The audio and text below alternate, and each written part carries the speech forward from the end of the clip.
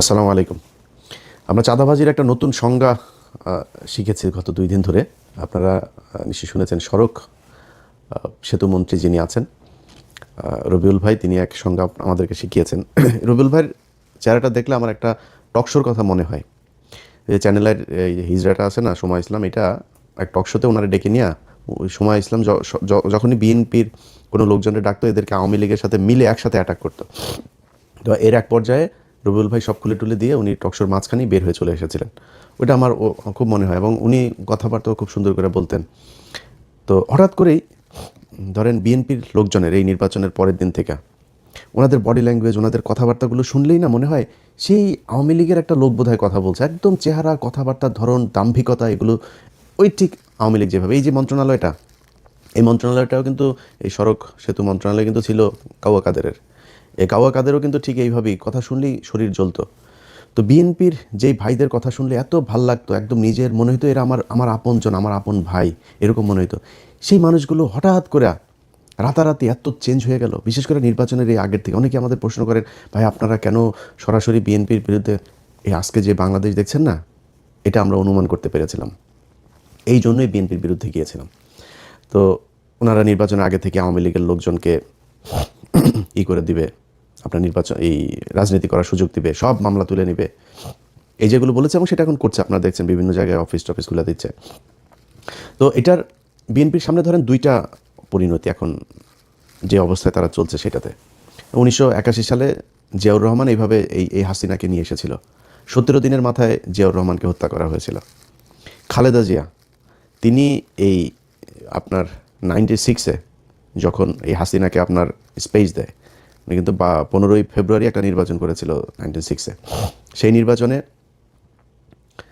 আপনার জামাত আওয়ামী লীগে অংশগ্রহণ করেনি। হাসিনা, খালেদা জিয়া চাইলে থাকতে পারতো, এমন কোনো আন্দোলন হয়নি, এমন মানুষজন মারা যায়নি, ছেড়ে দিয়েছেন। ছেড়ে তারপরে 12ই জুন 96 আবার আরেকটা নির্বাচন দিয়েছিলেন। ওই সুযোগ দিয়ে তারা আবার 96-তে আসতে দেওয়া হয়েছে। 96-তে আসার পরে কী করেছে সেটা আপনারা জানেন। এরপরে 2001 থেকে 6 খালেদা জিয়া জোর করে থাকতে চেয়েছে, কিন্তু মানে বিএনপির সমস্যাটা হলো, বিএনপি যদি চুরিও করে, মানে ল্যাটায়া ব্যাটায়া ওইটারে পাশা পুষা হাগু দিয়া নষ্ট করে গন্ধ বানায় ফেলে। আওয়ামী লীগ সেটা খুব স্মার্টলি করে। এটাই হলো পার্থক্য। তো এরপরে খালেদা জিয়া সুযোগ তাদেরকে দিয়েছেন। সেই সুযোগ দেওয়ার পরে 2013 সালেও আরেকবার খালেদা জিয়া সুযোগ দিলেন, 14 সালের নির্বাচনের না এসে। তো এই আওয়ামী লীগ খালেদা জিয়ার পরিবারকে কতটুকু ক্ষতি করেছে, এটা ভাই আমার বলার কিছু নাই। এটা জিয়া পরিবার জানে, তাদের পরিবারে আমার বিশ্বাস যে আমার চাইতে বেশি কষ্ট তাদের জন্য হয়। এরা যদি আসে তাহলে বিএনপির পরিণতি কী হয় সেটা 17 বছর আমরা দেখেছি। এটা নতুন করে দেখার কিছু নাই। অতএব তারা যদি এদেরকে নিয়ে আসে, এসে মনে করেন আওয়ামী লীগকে নিয়েই তারপরে করলো, তো জোর করে যদি থাকতে চায়, বাংলাদেশে খুব নিকট অতীতে আমরা এর পরিণতি দেখেছি যে সেটাতে কি হয়। বিএনপি সেই পরিণতি ভোগ করতে হবে যদি তারা জোর করে ক্ষমতায় থাকতে চায়। আর যদি তারা মনে করে নির্বাচন করবে, গণতান্ত্রিকভাবে জামাতের সাথে রাজনীতি করবে, জামাতের সাথে রাজনীতি করতে গেলে জামাত আপনারা যদি নাকি স্বর্ণ দেখায়, আপনি তো আর এই তামা দিয়ে তো তার সাথে রাজনীতি করতে পারবেন না। জামাত রাজনীতি করে নিজের পকেটের টাকা দিয়া তারপরে সংগঠন চালায়, আর আপনি চাঁদাবাজির টাকা দিয়া সংগঠন চালাবেন, এরকমই হবে। এই যে রবিউল ইসলাম ভাই, উনি একটা কথা বলেছেন, মানে উনি কথাটা হয়তো খুব কৌশলে, এর আগেও তো এই চাঁদাবাজি হতো, ওবায়দুল কাদের কোনোদিন স্বীকার করেছে এইভাবে বলেছে কখনো? বলতে হবে কি, আপনি দেখেন প্রতিটা মন্ত্রী দুর্নীতিকে, এই যে এহসানুল হক মিলন দুর্নীতি করেন আগের বার, দুর্নীতির বিরুদ্ধে ব্যাপক কী করা হবে, সবাই দুর্নীতির বিরুদ্ধে, সব কটা মন্ত্রীর বক্তব্য দেখবেন একই রকম। এইটাই হচ্ছে স্মার্টনেস, বাংলাদেশের স্মার্টনেস এইটাই। চুরি করবে প্রতিটার পেটের মধ্যে। বাংলাদেশে এই পর্যন্ত যত মন্ত্রী গিয়েছেন, সব কটার পেটের মধ্যে দুর্নীতির টাকা, মানুষের ভিক্ষার টাকা, চুরির টাকা, এটা প্রতিটা মন্ত্রীর পেটের মধ্যে। এরা এই দুর্নীতি করার জন্যই এমপি হয়, মন্ত্রী হয়। আজকে যেই কথাটা রবিউল ইসলাম বলে দিয়েছেন, এটা আগের মন্ত্রীরা বলেন নাই, বা ওনার আশপাশের মন্ত্রীরা বলেন না, এটাই স্বাভাবিক। শহীদুদ্দিন চৌধুরী অ্যানি ভাই আজকে বলেছেন যে না, সড়কে কোনো চাঁদা চলবে না। অ্যানি ভাই, আপনি তো পানি সম্পদ মন্ত্রী, আপনি সড়কের মন্ত্রী বলার কে? সড়কের মন্ত্রী বলে দিয়েছেন চাঁদাবাজি চলবে, অতএব চলবে। এটারে আপনি এখন কালকে হয়তো উনি বক্তব্যটারে সুন্দর করে বলতে পারেন, তারেক রহমান হয়তো একটা থ্যাতানি দিলে হয়তো বলবে সুন্দর করে, বা এই ধরনের কথার ভবিষ্যতে বলবেন, কিন্তু চলবেই চাঁদাবাজি। উনি খুব স্পষ্ট করে বলেছেন যে সরকারি দলের যেই শ্রমিক সংগঠন, তাদের দল চালাতে টাকা লাগে। বক্তব্য কিন্তু খুব স্পষ্ট। শ্রমিক সংগঠনের এই সারা দেশে বিশাল আকারের আপনার সংগঠন, যে চান্দা আব্বাস ছিল শ্রমিক নেতা, তো এরা তো শ্রমিক না, এরা তো চলে। তো এরা কিভাবে চলবে? এরা চলতে হইলে আপনার ওই চাঁদা তুলতেই হবে, এই ছাড়া কোনো উপায় নেই। সো আপনাকে রাস্তা দুইটা, হয় নিজে চাঁদা দিয়ে তারপরে দল চালাবেন, নাহলে চাঁদাবাজি করবেন, এছাড়া বিশাল এই দল চলবে না। এখন জামাত ইসলাম কি করে, নিজেরা চাঁদা দেয়, দিয়া তারপরে দল চালায়। একজন রুকন, তার বেতন যদি হয় 1 লাখ টাকা, প্রতি মাসে 5,000 তাকে মাস্ট তাদের কোষাগারে দিতে হবে। এটাই ওদের রাজনীতি। এখন এরকম একটা রাজনীতি করার দলের সাথে আপনি চাঁদা নেওয়া রাজনীতি করবেন, তো মানুষ তো সেটা সহ্য করবে না। সো সেক্ষেত্রে আলটিমেটলি যেটা হবে সেটাই। সো রাস্তা আপনার হাতে দুইটা, একটা হয় আপনাকে রাজনীতি চেঞ্জ করতে হবে, এই আপনাদের যে পলিসি সেটা চেঞ্জ করতে হবে, করে নিজের পকেটের টাকা দিয়ে নিজে রাজনীতি করবেন, অথবা শেখ হাসিনার মতো ফ্যাসিস্ট হবেন, জোর করে ক্ষমতায় থাকবেন, কোনো কথা শুনবেন না, কিছু হলেই বলবেন যে সংবিধানের দোহাই, কারণ আপনাদের 2/3 আছে এখন, এবং এই 2/3 তো আপনাদেরকে খুব পরিকল্পিতভাবেই দেওয়া হয়েছে। এই ডক্টর ইউনূস আপনার যেদিন লন্ডনে যায় সেদিনই তিনি নির্ধারণ করে দিয়ে এসেছেন যে বিএনপি ক্ষমতায় যাবে, তাদেরকে 2/3 দেওয়া হবে, যত দুর্নীতি, চাঁদাবাজি, ধান্দাবাজি এই তত্ত্বাবধায়ক সরকার যা করে গিয়েছে এটার বিরুদ্ধে বিএনপি কিছু বলবে না, সবাইকে সেফ এক্সিট দেবে, যে দেশে থাকতে চায় দেশে থাকার ব্যবস্থা করে দেবে। এরাও থাকবে না বেশি দিন। আসিফ নজরুল ধরেন দেশে আছে এখন, থাকবে না। ওই যে আইসিটির ফয়েজ তায়েব চলে গিয়েছে, এগুলো সবগুলির একটা একটা করে কী কী আকাম কুকাম করেছে এই এখন ধরবো। ক্ষমতায় যখন থাকবেন তখন বলতে না পারলে ক্ষমতার পরে তো বলতে পারবো। সো এখন ধরা হবে একটা একটা করে। ফয়েজ তায়েবরে নিয়ে কাজ চলছে। তো এই আসিফ নজরুলরা এরা 2 দিন পরে দেখবেন চলে গেছে, টাকার তো অভাব নাই, দেশে থাকবে কেন, বউরে দিয়ে আপনার কালেকশন করাইতো, নিউজও তো হয়েছে আপনারা দেখেছেন। তো এখন এই যে এরা ওই সময় বলে করে দিয়ে গিয়েছে যে তোমাদেরকে 2/3 দেওয়া হবে, 2/3 দেওয়া সংবিধান এবার যেমনে মনে চায় তেমনে তারা কাটছাট করে তাদের মতো করে সংশোধন করবে। এইটাই ছিল হয়েছে যে এই তত্ত্বাবধায়ক সরকারের মূল এজেন্ডা। এর বাইরে এই যে সরকারটা গেল 1.5 বছর, 1.5 বছরে বহু কিছু করা সম্ভব। সবচাইতে দুর্বল আর দুর্নীতিগ্রস্ত একটা তত্ত্বাবধায়ক সরকার ছিল, যেটার আমরা বিপ্লবী সরকার বলতাম, সেই বাঞ্চুতরা ছিল সবচাইতে বেশি দুর্নীতিগ্রস্ত। এদের মতো দুর্নীতিগ্রস্ত আর একটা সরকার এই পর্যন্ত বাংলাদেশে তত্ত্বাবধায়ক সরকারে আসেনি। এমনকি এই যে মঈনুদ্দিন ফখরুদ্দিনের যে সরকার না, আমার তো মনে আছে এদের চাইতে বহু সততা নিয়ে তারা কাজ করেছে। তো তারা আমাদের হাতে এখন ঝুলাই দিয়ে গেল একটা দুর্নীতিগ্রস্ত সরকার, এটা নিয়ে এখন আমাদের থাকতে হবে। তো বাংলাদেশের মানুষের কাছে আমার একটা একটা জিজ্ঞাসা থাকবে যে এই দেশের মানুষ কি মানে এই ঝাড়ুদার হয়েই থাকতে চান, চকিদার হয়েই থাকতে চান? একটা দল ক্ষমতায় আসবে, তাদের কিছু এমপি থাকবে, মন্ত্রী থাকবে, তাদের এই এই যে পরিবারতন্ত্র, এদের চামচা হয়ে তারপরে আপনাকে থাকতে হবে। এখন এখান থেকে আপনি যদি বের হইতে চান তাহলে সিদ্ধান্ত আপনাকেই নিতে হবে। এই যে নির্বাচনটা হইল, এই যে রাজনীতি হয়, এই যে রাস্তায় ধর্মঘট, হরতাল, পিকেটিং, কোনো দিন কোনো এমপির ছেলেকে আপনার পাশে পেয়েছেন যে সে রাস্তায় এসে তারপরে এটা করে? কোনো এমপির ছেলে আপনার সাথে এই যে ভোটকেন্দ্রে গিয়া তারপরে এই ভোটকেন্দ্র দখলের কাজে মারামারি করেছে, মানুষকে হুমকি দিয়েছে? কোনো এমপি এই নির্বাচনের সময় এমপি মন্ত্রী অনেকের ছেলে যারা এখন মন্ত্রী হয়েছে, এমপি হয়েছে, এদের অনেকের ছেলে দেশেই যায় নেই, ইউরোপে থাকে, আমেরিকাতে থাকে, অস্ট্রেলিয়া থাকে, কানাডা থেকে পড়াশোনা করে, তাদের পাতলা পায়খানা হইলেও তারা সিঙ্গাপুরে যায় চিকিৎসা করতে। আর তোদেরকে বানায় রাখছে বোকাচোদা। তোরা পৃথিবীর সবচেয়ে বোকাচোদা জাতি। এটারে ওই মঞ্চে করে জনসভা করে না, বীরের জাতি, আমরা এই বীরের জাতি, 71-এর বীরের, সোগাটা ওইখানেই মেরে দিছে তোদেরকে। তোরা পৃথিবীর সবচেয়ে নিকৃষ্ট জাতি, মানে আমরা পৃথিবীর সবচেয়ে নিকৃষ্ট জাতি। এদের মতো এরকম কামলা খাটা জাতি পৃথিবীর মধ্যে আর কোথাও নাই। আমরা পৃথিবীর যেই দেশে যাই, বাথরুম পরিষ্কার, রেস্টুরেন্টের কাজ, সিকিউরিটি, যত নিম্নমানের কাজ আছে এরা আমরা করি। মিডল ইস্টে যান, যে আমেরিকা থেকে বিশাল ভাব সাপ নিয়ে আমরা দেশে যাই না, কোট সুটমুট পরে টরে, সব করে এখানে ফকিরনিগিরি কামলা দিয়ে তারপরে যায়, ভাব মারায় আমেরিকা থেকে এসেছি। এই হলো অবস্থা। এরপরে কি হয়, পোলাপান বড় হয়, বড় হয়ে তারপরে মনে করেন যদি মেয়ে হয়, বিশেষ করে ধরে একজন বিশেষ এক জাতিকে ধরে, ওই বিশেষ জাতি সাদাটাও পায় না, বিশেষ জাতিকে ধরে তারপরে পরিবার শেষ। এরপরে বাপ মা বুড়া বয়সে যায়, তারপরে করে কি না এই দেশে আর থাকবো না, চলে যায়। এরপরে যায় দেশে গিয়ে এতিমখানে টাকা পয়সা, আমি পরিচিত লোকজনের এগুলি নিজের চোখের সামনে দেখা, এই জন্য বললাম। এইটাই আমাদের জাতি।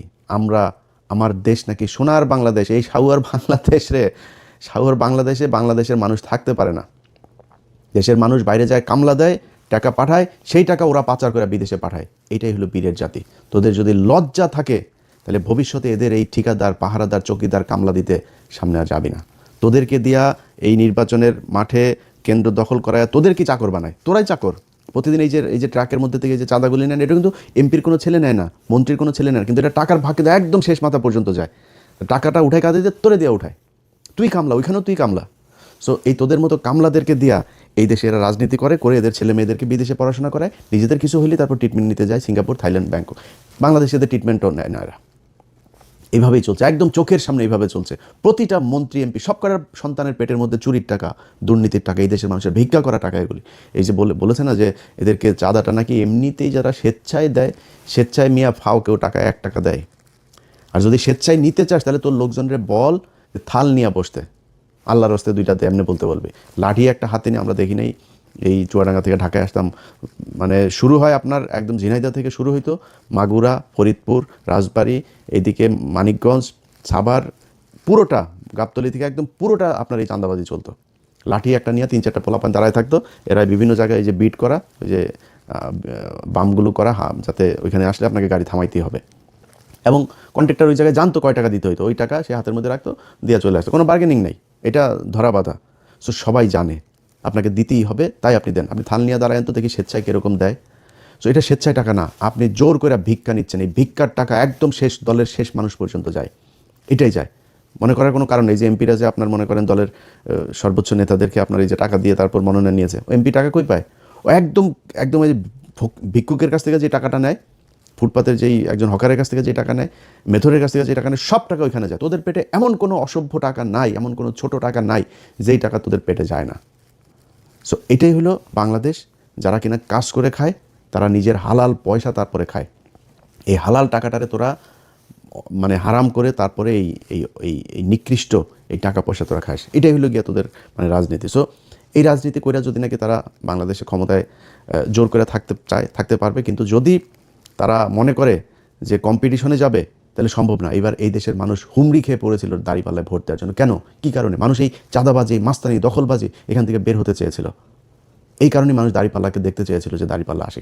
যদি দাঁড়িপাল্লা আছে, দাঁড়িপাল্লা 5 বছর পর আরও শক্তিশালী হয়ে আসবে। আপনি সিদ্ধান্ত নেবেন যে ভালো হবেন নাকি হাসিনার মতো আরও মানে সর্বোচ্চ ফ্যাসিস্ট হয়ে তারপরে ফ্যাসিজমের মাধ্যমে এই দেশ পরিচালনা করবেন। এই দুইটা, সেটাও যে আপনি খুব বেশি পারবেন তা না।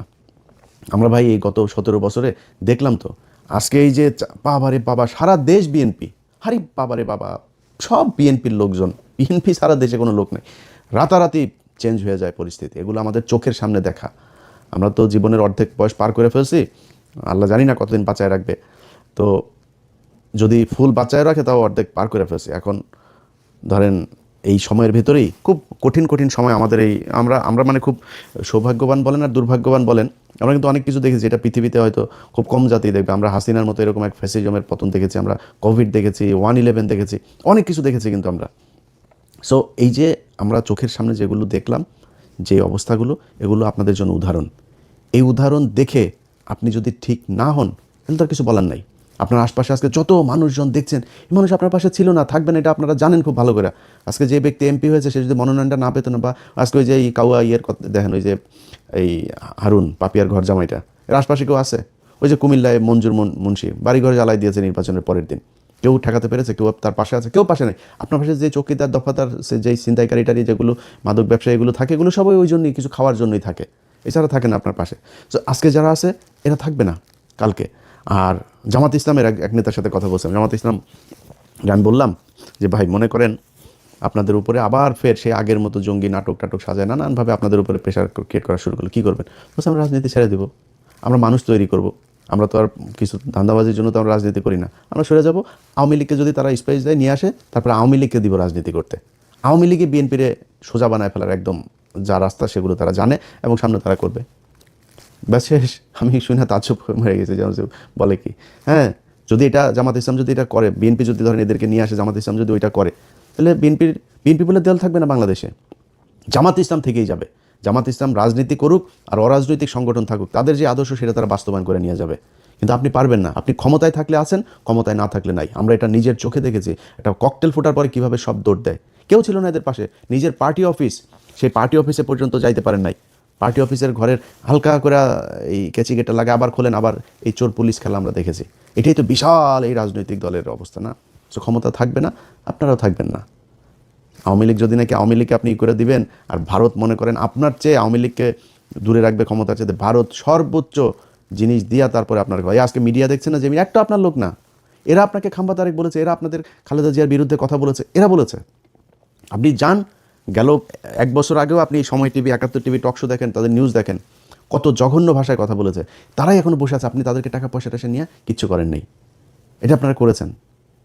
এখন এদেরকে বসায় রেখে যদি মনে করেন সামনে পরিস্থিতি একটু টালমাটাল অবস্থায় আসে, তারা আপনার পক্ষে থাকবে, তারা সব আওয়ামী লীগের পক্ষে কাজ করবে, ইন্ডিয়ার পক্ষে কাজ করবে, এরা সব ইন্ডিয়ার লোক। ইন্ডিয়াদেরকে বসিয়ে রেখেছে। ইন্ডিয়া কখনোই আওয়ামী লীগকে রেখে বিএনপিকে ক্ষমতায় আনবে না। এটা এর আগে জিয়াউর রহমানের সময় প্রমাণিত হয়েছে, খালেদা জিয়ার সময় প্রমাণিত হয়েছে, তারেক রহমানের সময় প্রমাণিত হবে। সো ইন্ডিয়ার হাতে সেই চয়েস আছে, ইন্ডিয়া সবাই বসিয়ে রেখেছে ওই পারে, সুযোগ পেলেই আস্তে করে এখানে দিয়ে দেবে। চয়েস আপনার, কি করবেন? দলে ঠিক করবেন নিজেরা চাঁদা দিয়ে দল চালাবেন, না চাঁদাবাজি করে তারপরে জামাতের কাছে হারবেন, নাকি চাঁদাবাজিও করবেন, জোর করেও ক্ষমতায় থাকবেন, এক পর্যায়ে গিয়ে তারপরে ইন্ডিয়ার আওয়ামী লীগের কাছে ক্ষমতা হারাবেন। এই চয়েসগুলো আপনাদের সামনে দেওয়া থাকলো। কেউ কষ্ট পায় থাকলে দুঃখিত। রবিউল ভাই, আপনারাও খুব পছন্দ করতাম, ওই যে বললাম নিজের ভাইয়ের মতো মনে হতো। আপনাদের এখানে মন্ত্রিসভায় অনেক মানুষ আছে, এই যে অ্যানি ভাইও খুব অনেকবার ওনার সাথে আলাপ হয়েছে, ওনার খুব দুঃসময়ের সময় কী করব বিভিন্ন পরিকল্পনা নিয়ে কথা হয়েছে, এবং অনেক অনেক খুব পছন্দের মানুষজন আছে এই মন্ত্রিসভাতেও।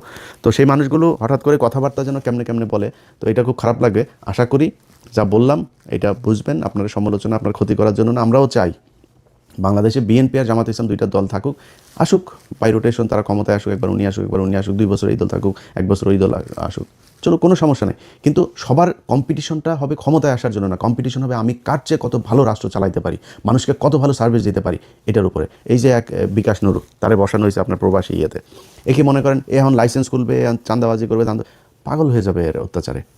এর দেওয়া কোনো প্রবাসী আসিফ নজরুলের দেওয়া হয়েছে? হয় নাই তো। এরকম এড়ে দেওয়া হবে না। এই প্রবাসীদেরকে সেই 5 লাখ টাকা দিয়ে মালয়েশিয়া যেতে হবে, সেই পাসপোর্ট করতে কষ্ট হবে, আকামা করতে কষ্ট হবে, দেশে আসার পরে লাগেজ কাটবে, সব একই রকম থাকবে, এদেরকে দিয়ে হবে না এগুলো। তো তারপরেও মনে করি হোক, ভালো কিছু আশা করি। না হইলে এই যে আসিফ নজরুলদের মতো এরকম সব পাবেন, টাকা পয়সা পাবেন, ইজ্জত পাবেন না। আল্লাহ হাফেজ।